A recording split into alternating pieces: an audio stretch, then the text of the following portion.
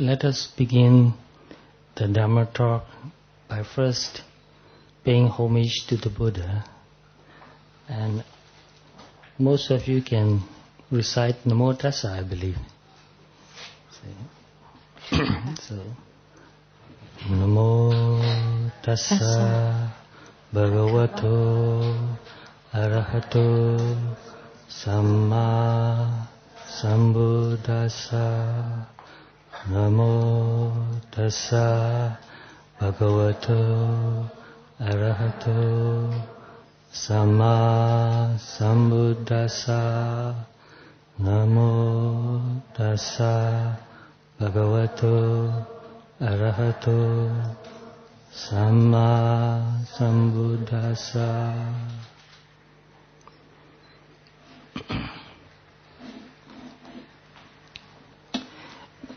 I believe most of you have already read the book Snow in the Summer, right? So those who have read the book know enough about me already. And you can see that my thoughts are mostly very unconventional. I don't force myself to do something that I don't believe. So whatever I do it because I believe it. And whatever I do it because I love it. So my motivation comes from my positive attitude and love for it. Sometimes people do good things because they want good results, which is very good. And most people avoid doing bad things, bad deeds, because they are afraid of the bad results. That is also very good. But I do mostly good things because I love to do it. It doesn't matter whether I get any results or not. But I believe that good deeds, good actions brings good results. I believe that. But even though it doesn't bring any result for me, I will still do it because I just love to do it. And I try my best not to do evils because that's what the Buddha taught. Not because I'm afraid of the evil consequences. Not only because if I get evil consequences, well, surely I'm afraid of that too. But avoiding doing evil deeds, the motivation for avoiding evil deeds is not fear for me. I don't want to be an evil person. That's my motivation. I want to be a good person. So most of what I do comes from positive motivation. So if you are not thinking too much about the consequences, but you do good deeds because you love to do good, because you want to be a good person, and you avoid doing evil deeds, bad things, because you don't want to be a bad person, which means I love myself too much. I want to be a good person. I love myself. So when I really think about why I do something, it always ends up, the answer is because I love myself. Sounds selfish, right? What do you say? I think that's a good way to be selfish. Because if I don't love myself, can I love anybody else? I don't think so. You have read Metta Sutta and you practice metta meditation too. Who do you begin with? You begin with yourself. So only when we love ourselves, then we love other people. And only when we really love ourselves, then we do good deeds and avoid bad deeds. So all of my motivations comes from self-love. And some people say that, well, that's very selfish. And I believe that that's a very good way to be selfish. So when I wrote that book, Snow in the Summer, actually I did not write the book. I wrote letters to my friends. They asked me questions. Sometimes they asked me how I was living. So whenever I have some time, I'll just sit and relax in the shade under a tree, or sometimes in the shade of my little cabin, and I'll think of them lovingly, send them matter, and then slowly I write one word after another. And those friends who have those letters, they love my letters just because I wrote in a very good handwriting. And they can feel that I wrote those letters with love, with matter. And I wrote with real honesty. That's why sometimes I'm afraid that when people read my book, they'll find out too much about me. I'm a very conventional man, I know that. Since I was very young, I've always been very unconventional.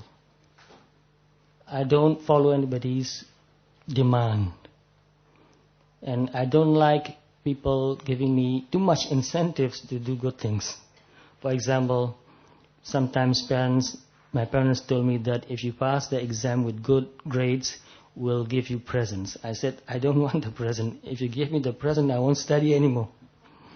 I study because I love knowledge so much. Sometimes I can't even sleep because I want to know.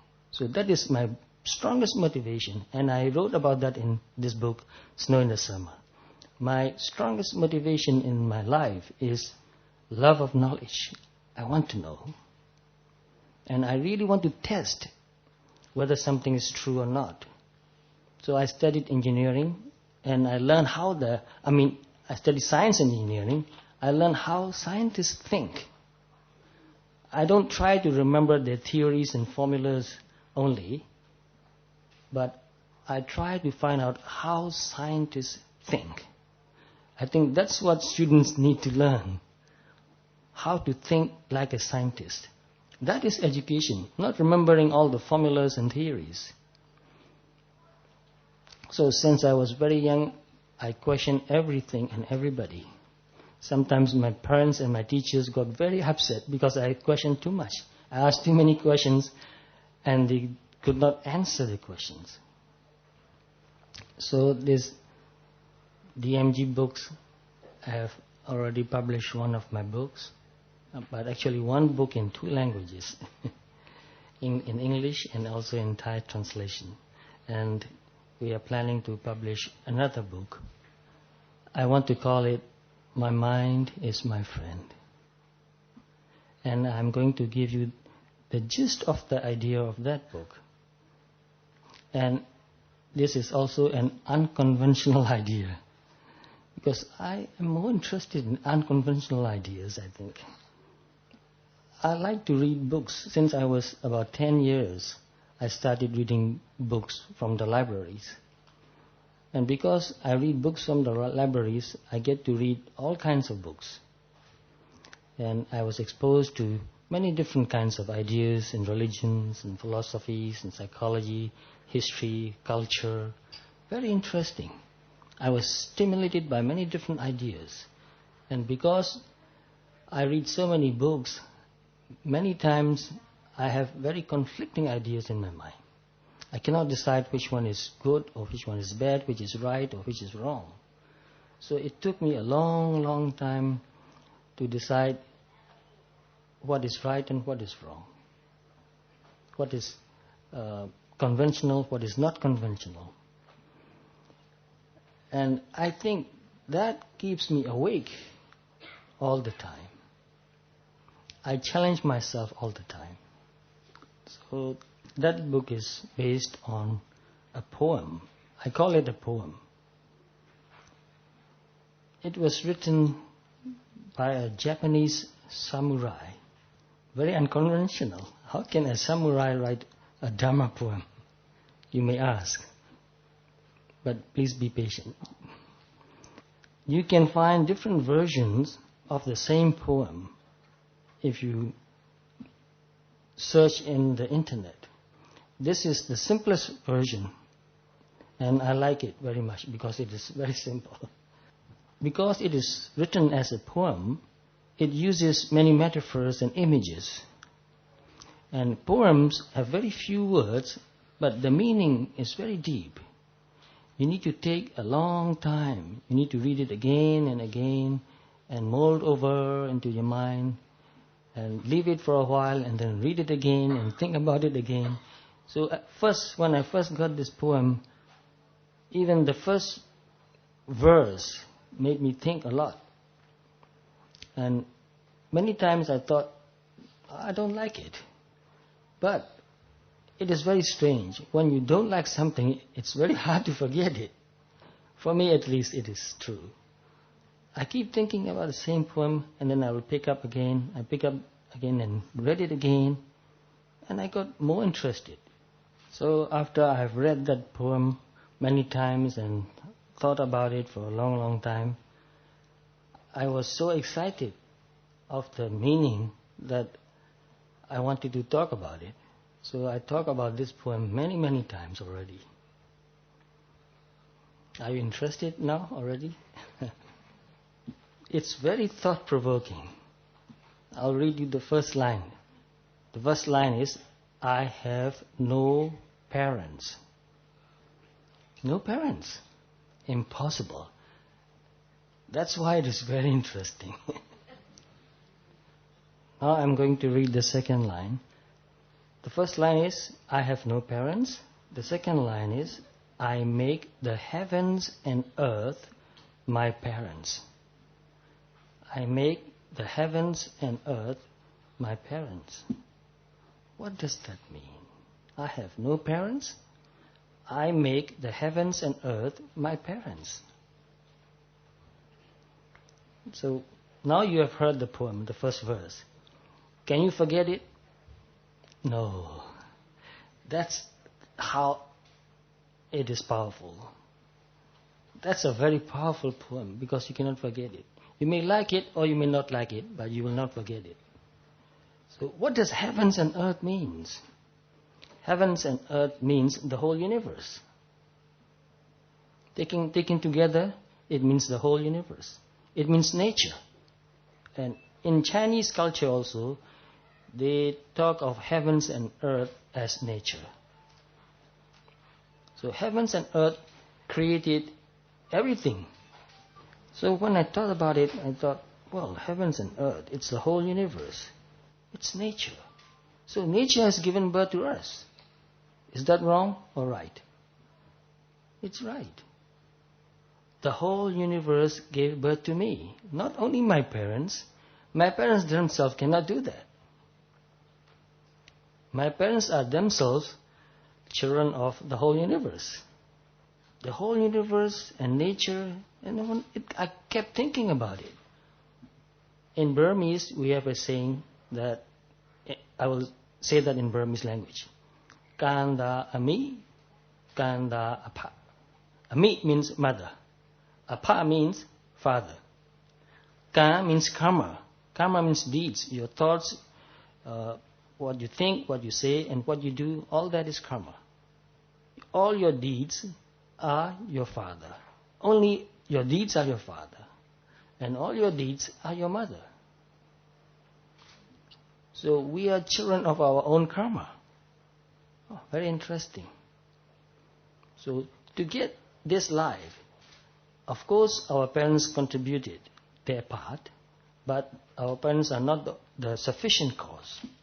The main cause for us to be a human being here is our own karma. So my karma is my parents. Isn't that true, in a way? In a deeper meaning? Yeah. So we must be very careful of karma. We are still creating ourselves. I feel it that way, very much. Whatever I think creates myself, change myself. So I'm creating myself, I'm changing myself all the time by what I think, what I say, and what I do. So deeper meaning of this verse is that karma is our parents, nature is our parents. The whole universe is our parents. Without the whole universe, there won't be this world, because this world is part of the universe. And without the whole universe and this world, we won't have a place to stay. So our parents are not the only sufficient cause to give birth to us. The whole universe taken together is the cause of us. So when you think about it, it makes you feel connected with the whole universe. And that feeling is really amazing. It's a very wonderful feeling. Many times, especially when I was living in the forest, very quiet and peaceful, nobody around, nothing to do. And that is not easy. Nothing to do is very difficult. That's why people are running around and trying to do something, trying to keep them occupied. But I was so interested in meditation, I gave away all my books, and my teacher told me not to read any books. It was very hard for me to do. I stopped reading for a few years. It was the hardest thing for me to do, actually. So I lived in the forest for a long time, just keeping my mind right in this moment, in the present. Meditating, that means meditating. Not thinking too much about the past, not thinking too much about the future, but just keeping my mind right in the moment, in the present.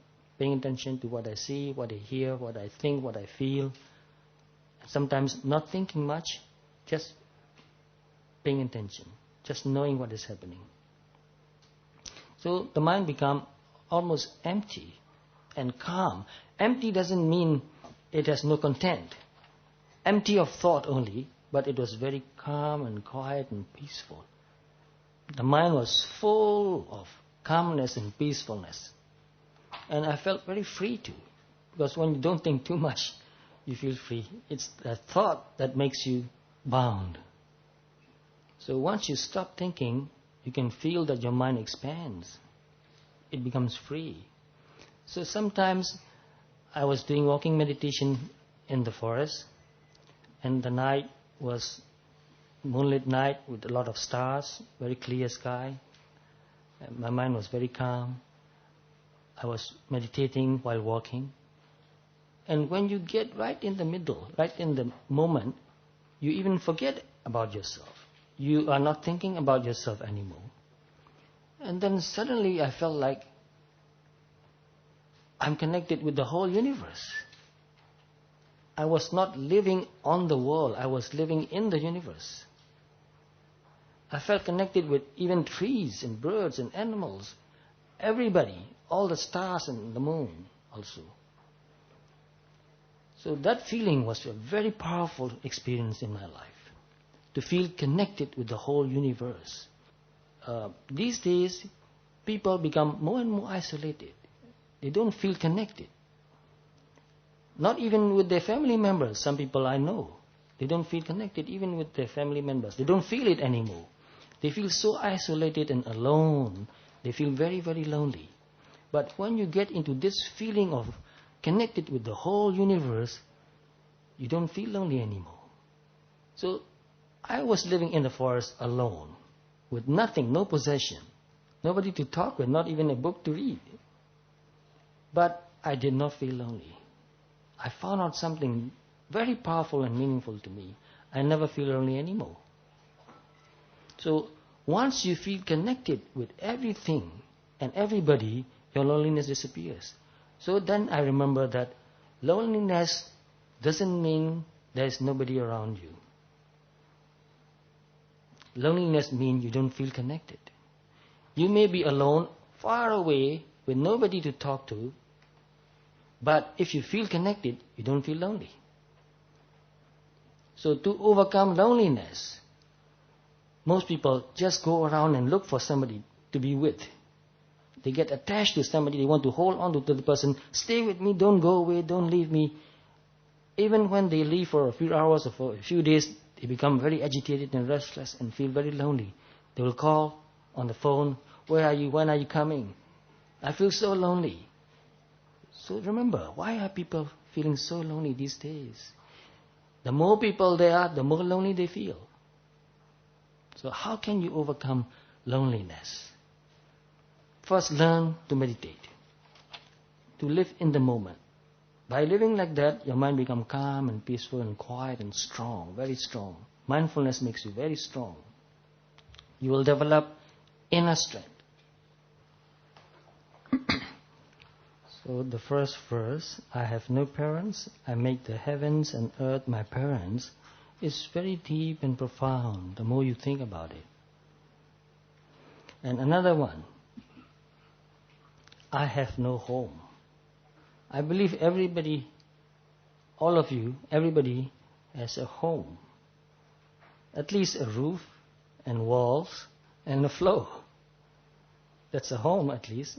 It may be a big one or it may be a small one, but there's a place where you belong, where you stay. But here, the poet is saying, "I have no home." How do you understand that? And the second line, "I make mindfulness my home." That is the profoundest part. I make mindfulness my home. So the poet was not talking about the physical home. The poet was talking about mental home, a home for your mind. You may have a big house physically, but mentally you may be homeless. I have seen many people, homeless people. I was in Calcutta in January and February. In India, actually, I visited many places. I saw many people living on the roadsides, on the sidewalks, homeless people. I was very sad to see those people. It must feel really terrible not to have a home, a physical home, where you can be safe. You can close the door, and you can say, "Nobody allowed inside. This is my place." But these people living on the roadside, on the sidewalks, they have no home. They cannot close the door. How terrible that must feel. So I feel very sad for these people. We need a home. We need to feel that we belong somewhere. But here, this poor poet said, "I have no home. I make mindfulness my home." So from the first time I read this verse, I felt so happy. I said, "Oh, this is so true. This is so true. Mindfulness is my home." If you are not mindful, what happens to your mind? Your mind just wanders around and around, running around, no place to rest. But when you are mindful, you can really feel it. It's not just a metaphor. Just practice mindfulness. Pay attention to your body and mind. And you know what you're feeling, you know what you're thinking. At one point, if you keep practicing for a long time, really diligently, systematically, one point you'll come to the point where you know that you know. First, you know that you are seeing. You know that you are hearing. You know that you are talking. You know that you are moving your hands. But one point you come to see that you are thinking. And then thinking stops. Then you know that there's no thought. The mind is just quiet, very calm. And you know that although it is quiet and calm, there's still this knowing there. Knowing. Mindful. And you know that you know. It is called awareness of awareness. And at that point, you feel a kind of energy and power also. To know that you know is very powerful. No animal can do that. And most people cannot do that because they have never practiced mindfulness. But if you practice mindfulness long enough, you will come to that point. When thinking stops, and there's only knowing without any thought. And there's also knowing of knowing. And one of my students who practiced mindfulness, who has been practicing mindfulness for a long time now, because once you really learn to be mindful, it is very hard for you not to do it anymore. Naturally, your mind gets into that mode of being, knowing. So that person at that time was quite young. I believe she was about 18 or 19, quite young. But she started meditating since she was 16. And one day, in her meditation practice, her thinking stopped, and she knew that there's no thought anymore. The mind is just quiet, peaceful, and she knows that she knows.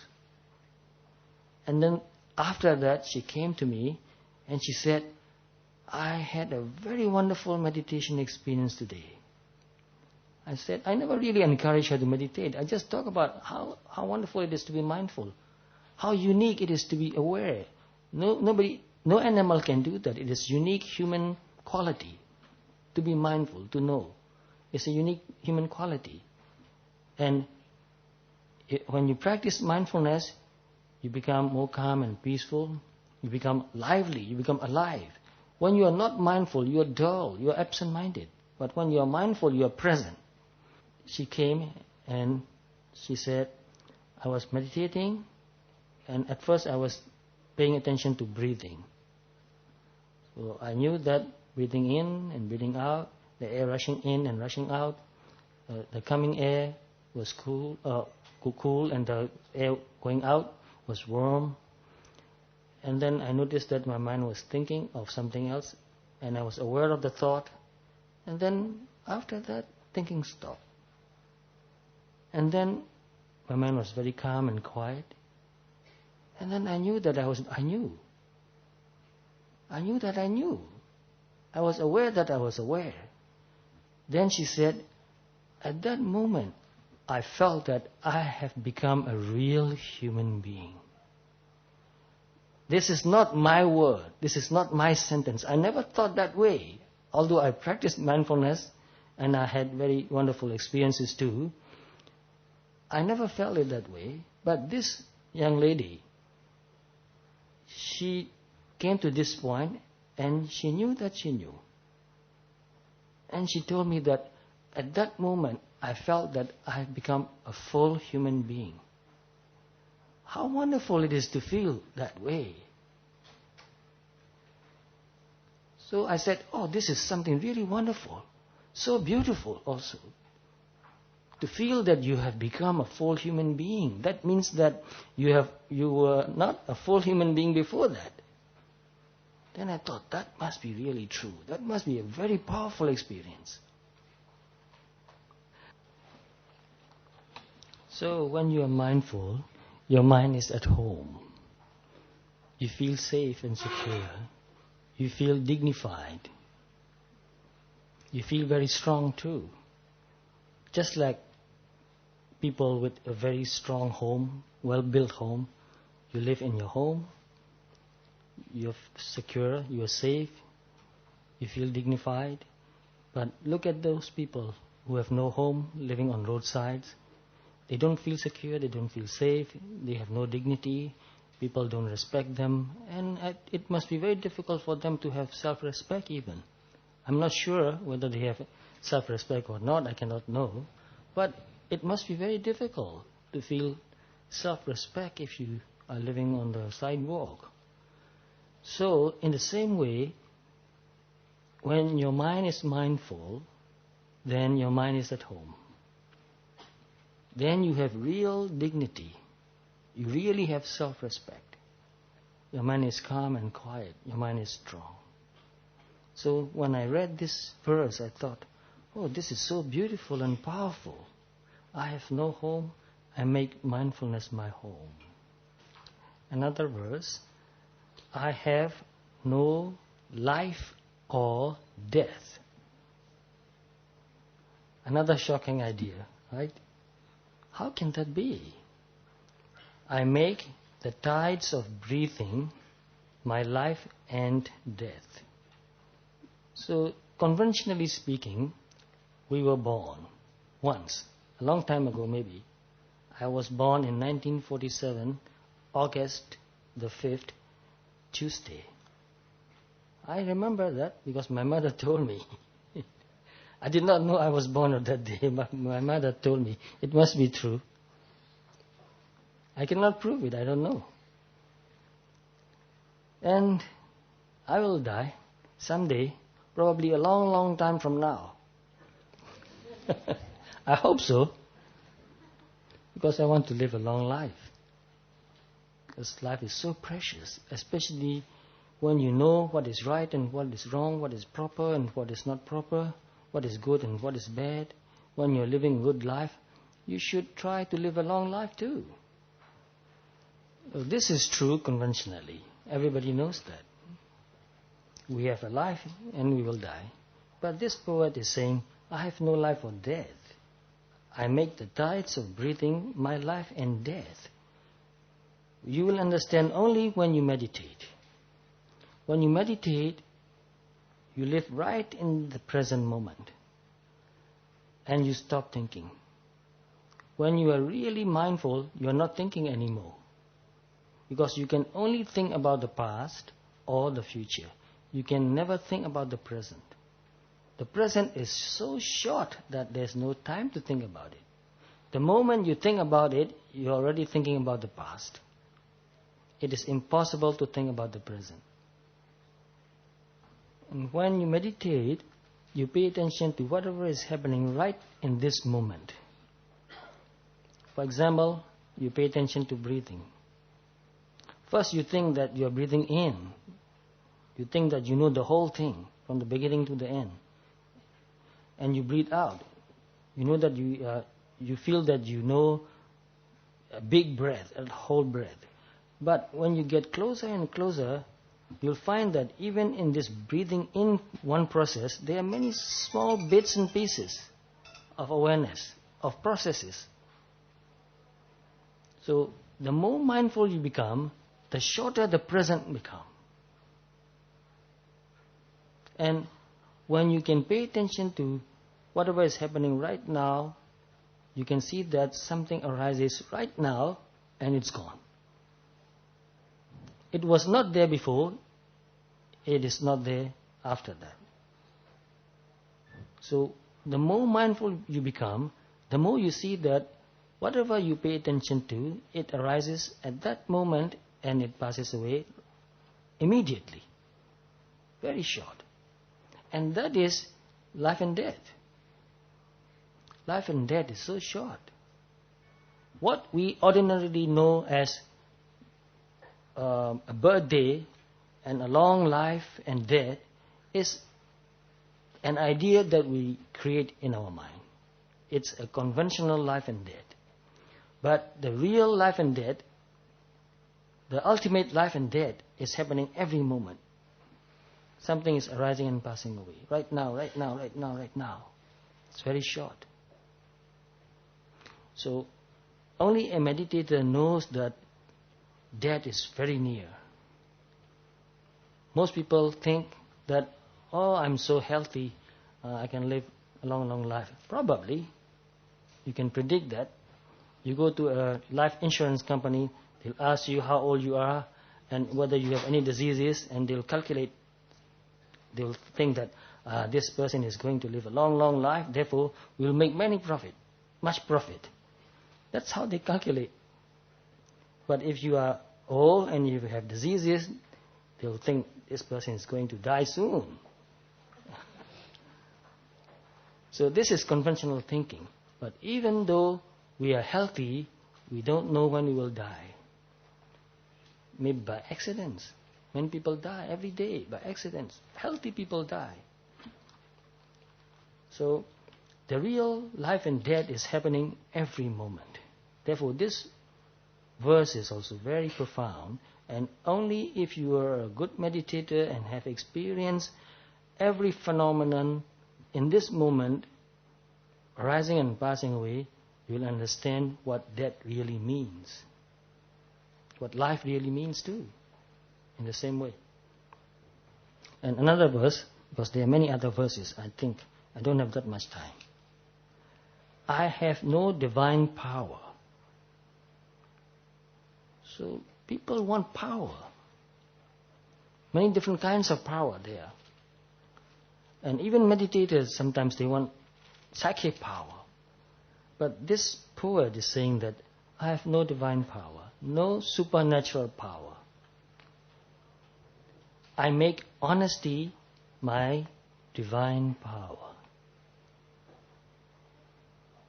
How beautiful. I like this verse also very much. As you know, those who have read these books know in the summer, you know that even when I was a young boy, I was very unconventional and very rebellious. I did not believe in any religion. Even when I had to fill the form for the question, your religion, I said, no religion yet. How can I decide what is right and what is wrong? I don't know what to believe. I don't know whether this is true or not. So I lived for many, many years without saying that I'm Buddhist or whatever. But I thought, how can I live as a good human being? Whether I believe in this religion or that religion or not, at least I want to be a good human being, a decent human being. How can I do that? I don't want to be a bad person. I don't want to be an evil person. I want to live a good life with many friends. I want to be happy. How can I live a good life with many friends? How can I be happy? It's a very important question. That's where I begin. That's my beginning point, starting point. So I want to be happy. I want to have many friends. I want to live a good life. I want to be loved. I want to be respected. I want all that. What about you? All of you want that? Yes. How can you get that? If you want to have many friends, how can you get real good friends? By being a good person, at least. By being friendly, by being honest, by being fair and just, by being kind, by being generous, by being friendly. All the good qualities. So, can you have good friends without being honest? Can anybody trust you if you are not honest? If nobody trusts you, can you have real good friends? And if you have no friends, can you be happy? So these are the basic qualities, human qualities that we need, no matter what religion we believe in.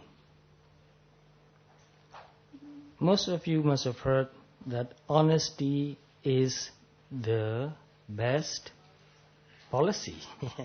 But I don't like the word policy, because policy means you are calculative. But anyway, this is true. The best way to have anything you want in life is to get it in an honest way. So when you are honest, even though some people don't believe you, you are not afraid of that. Let them find out. I have nothing to hide. So I feel it that way too. I have many friends since I was very young, and we still meet each other. And some people who don't know much about my childhood ask my friends about me, what kind of a person he was. Well, I like that. Go and ask them. I have nothing to hide. As a human being, I made some mistakes, some minor mistakes. But I did not harm anybody intentionally. I did not deceive people. I did not take advantage of anybody. I can say that. So this gave me a lot of energy, power. So I like this verse very much. I have no divine power. I make honesty my divine power.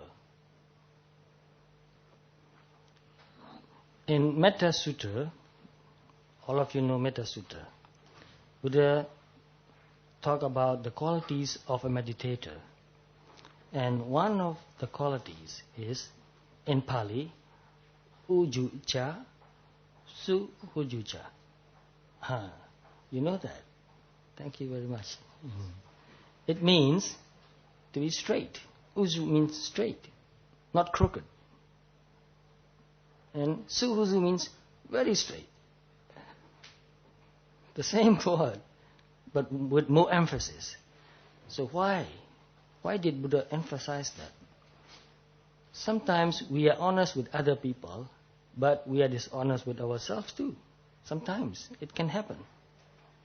So self-deception is very dangerous, and it's very hard to overcome. Conventionally, in our dealings with other people, we can be very honest. But deception is very subtle. You will really find out about deception when you pay real attention to your thoughts and feelings. If you are not aware of your thoughts and feelings, your mind will deceive yourself. It will deceive you. So as a meditator, we should never deceive anybody, our teacher or our friends with whom we are meditating together. And also, we should never deceive ourselves. Because if we deceive anybody, including ourselves, we cannot make real progress in meditation. It is a big hindrance. Dishonesty or deception is a big hindrance. So when you really pay attention to your mind and see how the mind works, what you are thinking and feeling, when you are greedy, you know that I am greedy. No justification. Just plain truth. I'm greedy. When you are angry, you look at your mind, I'm angry. I'm upset.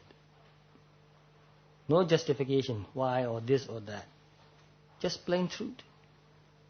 So if you can wash your mind and see it as it is, without trying to justify it, then you make real progress in your meditation practice. And that leads to liberation.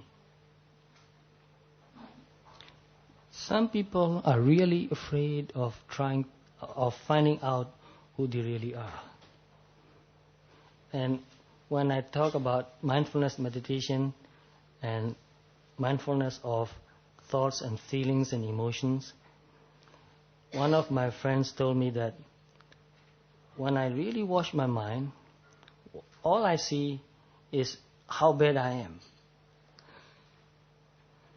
And it was very painful, he said. He said, I don't want to do that. Because every time I sit and meditate and wash my mind, I see all these bad thoughts coming in my mind. I'm so bad. He said, I feel so bad about myself. I feel so unhappy. I want to stop meditating. So some people are trying to run away from themselves.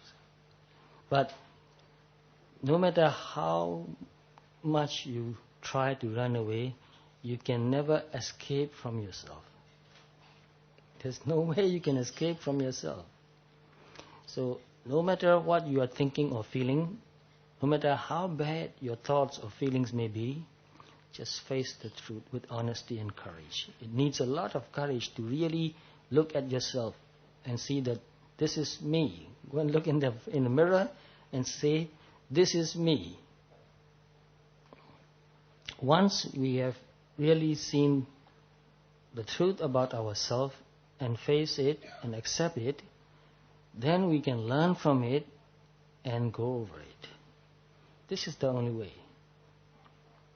To overcome anything, first we must see it clearly. We must pay full attention, because attention itself is purifying. This is one function of attention, and very powerful. You know, Buddha said not to do evil, to do all the good, and to purify your mind. This is the teachings of the Buddhas. How do you purify your mind? By paying attention. And in the beginning, when you really pay attention, you see impurities, naturally. They are impurities. But when you really pay attention and accept it, then it is easier for you to overcome it. No resistance, no control, no justification, no blaming, no judging. So when you meditate, don't resist, don't try to control, don't blame, don't judge. Just see and admit what is. That is very powerful, and that is honesty. Another verse, I have no friend. Really? You have no friend? I have no friend. I make my mind my friend. See how beautiful it is and how true it is. If your mind is not your friend, then I don't think you can have any friend. If you are your own enemy, how can you make friends with anybody else? So the other day, 2 days ago, I was chatting with one of my friends, and he asked me, why are you in Bangkok? I said, I'm here to publish another book. And he asked me, what's the book about? I said, well, I call my book, My Mind is My Friend. And he laughed and he said, there are so many people for whom their mind is their own enemy. And it is true. Because when your mind tells you to do evil things and you do it, you get into trouble. And when you get into trouble, will you call that mind your friend? Definitely no. And when you are doing evil and you tell another person to do evil, are you friends? No. Both of you get into trouble. Anything that gets you into trouble is not your friend. Our mind is not always our friend. Because sometimes we think of doing something that is not proper, not right, and we do it. We make akusala. So we cannot say that our mind is always our friend. Sometimes it is our enemy, sometimes it is our friend. But how can you make your mind your real friend? By practicing mindfulness. This is the only way. That's why Buddha said this is the only way. By really watching your mind, by really paying attention to what you are thinking or feeling at any moment throughout the day, you will see the truth about your mind. And only when you see the truth about your mind, gradually it will become purer and it will become your friend. When your mind becomes your friend, your true friend, then you are a really happy person. This is the only way to be happy. You may have other friends, but if your mind is not your friend, you cannot be really happy. Because actually, when you think about it, that which makes you really unhappy is your own mind. And that which brings you true happiness is your own mind. So, only when you meditate and pay attention to what you think throughout the day, it will become your friend. And another verse is connected to this verse. I have no enemy. Really? Even Buddha had, so-called enemies. He did not think of anybody as enemy, but there were a lot of people at the time of the Buddha who wanted to kill him and tried to kill him too. And I think most of you already know the stories. But that is external enemy. You can avoid them most of the time. You can run away, you can hide. But here, this poet is saying, I have no enemy. I make carelessness my enemy. And this word carelessness has many synonyms. Heedlessness is also one, which is the opposite of mindfulness. Forgetfulness is also another one. So heedlessness, forgetfulness, carelessness really degrades our life. It degrades our mind. And mindfulness, awareness, attention, it upgrades our mind, uplifts our mind. So when we really think about it, our real enemy is not out there. Our real enemy is right here, inside. Carelessness, heedlessness, not paying attention, not knowing. Another verse, I have no armor. Armor means the protective clothes, very strong. They used to make it with iron, steel. So I have no armor. I make benevolence my armor. Benevolence means generosity, kindness, charity, and all that. So we try to protect ourselves from other people attacking us by wearing a very strong armor. We may be able to avoid being harmed that way, but we cannot always escape from danger that way. Because if we are not kind and gentle and generous, if we hurt other people all the time, then other people will hurt us. And someday they will succeed it. So the best way to protect ourselves from being harmed by other people is by being kind, by being helpful, by being generous, by being loving. So loving kindness and compassion actually really protects us. And I want to put mindfulness also here. Sometimes some of my friends or some of my disciples, they are going abroad. They are going a long way, a long trip. So some of them, they came to me and asked me, we are going a long way and we want to be safe. What shall we take with us? Can you give us something we can take so that we can be safe? I said, take with you loving kindness and mindfulness. That's the only thing I can give you. And that will keep you safe. If that cannot keep you safe, nothing else can. So all of us want to be safe. We don't want to be harmed. So the best way to be safe is to be kind, to be loving, to be generous, to be helpful. I can elaborate a lot on that, but I think the gist of this is quite enough.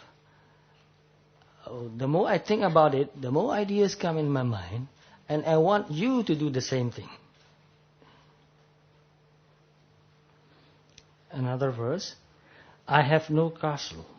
Castle means a big house built with stone. Very strong house. I have no castle.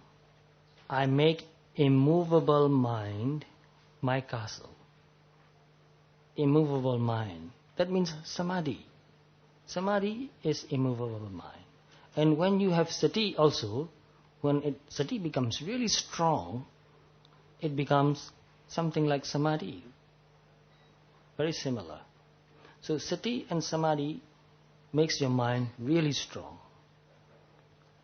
So to have a strong mind, we need to develop sati and samadhi by practicing meditation. So people want to build a castle and live in the castle because they want to be safe and secure. But who are your enemies? Your own thoughts. If you don't have sati and samadhi, all kinds of thoughts will come into your mind. You can never be safe. So if you really want to be safe, we need to develop sati and samadhi. So you cannot feel safe in a castle. You can feel safe only if you have strong sati and samadhi. Another verse, I have no sword. Samurais, they carry a big sword. But this samurai is saying that I have no sword. So this samurai must be a very different kind of samurai. A meditator samurai. So he said, I have no sword. I make absence of self my sword. Absence of self.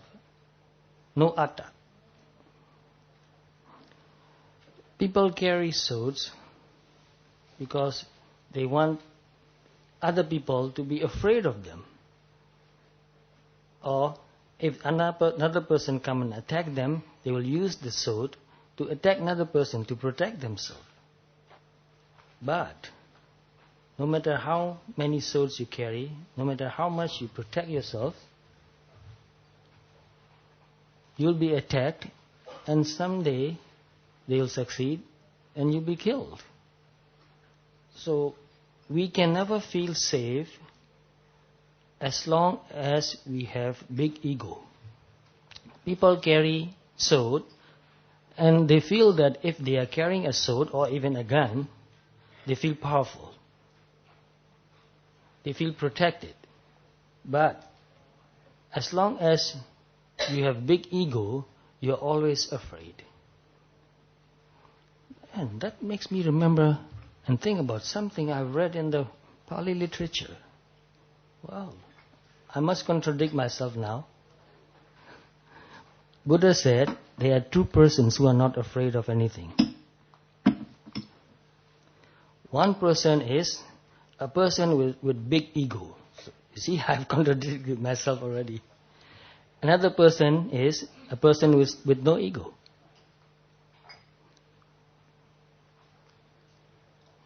So during the war, in the war, you see some people, they are not afraid to die.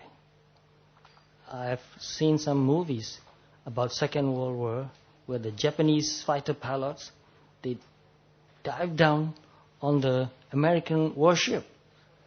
They knew that they are going to be killed that way, but they were not afraid to die. They killed themselves. So they were not afraid. So I'm sorry I contradicted myself. Buddha himself said that there are two persons who are not afraid. One person is with very big ego, another person is with no ego. Which one do you like?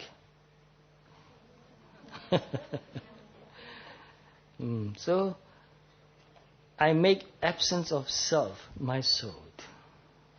That's a real powerful weapon in a way. So ego always feel insecure.